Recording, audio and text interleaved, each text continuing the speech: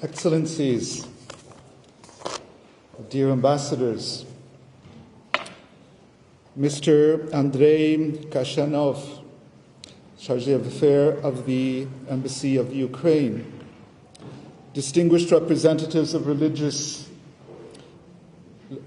leaders and denominations, dear friends, we gather today in the Peace Cathedral at the gracious invitation of the Most Reverend Professor Dr. Malkhaz Songulashvili, Metropolitan Bishop of Tbilisi of the Evangelical Baptist Church, for this interfaith prayer for the peace in Ukraine.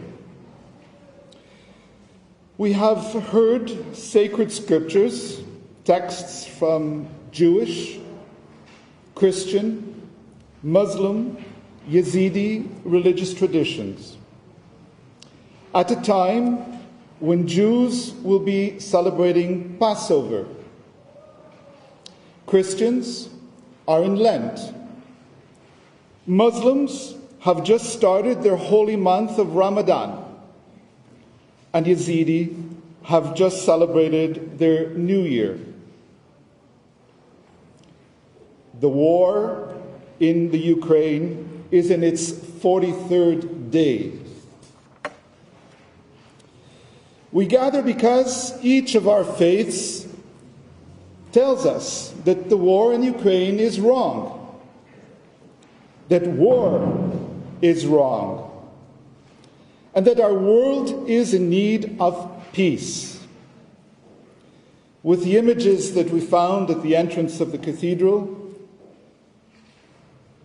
I make Pope Francis's appeal for peace my own.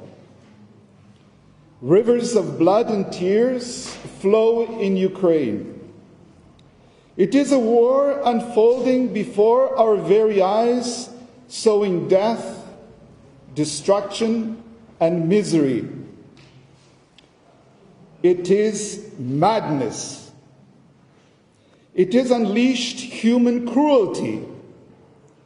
Waging war is forgetting humanity. It is diabolic and a perverse abuse of power for partisan interests. The latest images that come out of Ukraine leave us incredulous. War does not resolve disputes. Stop the war. Open a constructive dialogue to put an end to this colossal humanitarian tragedy, barbaric displacement and killing of children, innocent and defenseless humans. Cities are turned into cemeteries. There is no God of war. God is peace. Those who support violence profane the name of God. We implore that armed attacks cease, common sense prevail, real and decisive negotiations for peace take hold in respect for international law. Humanitarian corridors must be respected. Through the backdrop of this darkness, we hear the light contained in the sacred texts of the many religions. Hearing these sacred texts allows us to understand truths of peace. That purifying light is an echo to the local community in Georgia and to the global human family. In order for light to shine, we cannot allow it to be eclipsed by the scandalous darkness when the religious belief of some turns sacrilegious and used to justify actions against the sacred dignity of human beings. How often do we raise monuments to remember tragedies of wars? At times, it seems that they cover our cities like tombstones in cemeteries to remind us of horrific histories.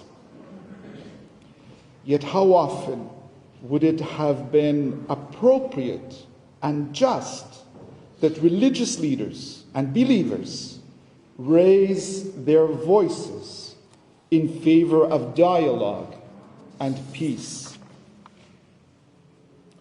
We are meant to be builders of peaceful coexistence. We are called to be the most compelling living commentaries of the Golden Rule, common in one form or another in all religions. We wish to foster understanding, respect, trust, and solidarity among all. We wish to leave no one behind and lift everyone up. Each person of faith is called to be a beacon of light. We cannot rest. We appeal in the name of God, stop the massacre. Hence we pray. We pray to God. We pray for a change of minds and hearts of warlords. We pray for the protection and safety of the beloved Ukrainian people from further warfare and bloodshed. We pray for all who suffer, whose fathers, mothers, sisters, brothers, wives, husbands, and children fall victims to this barbaric war. Here tonight, a broad spectrum of society is united in solidarity and support, praying for peace. The sacred texts we hear this evening is the wisdom of the ages. It is the light that has guided people through times of peace and times of tragedy.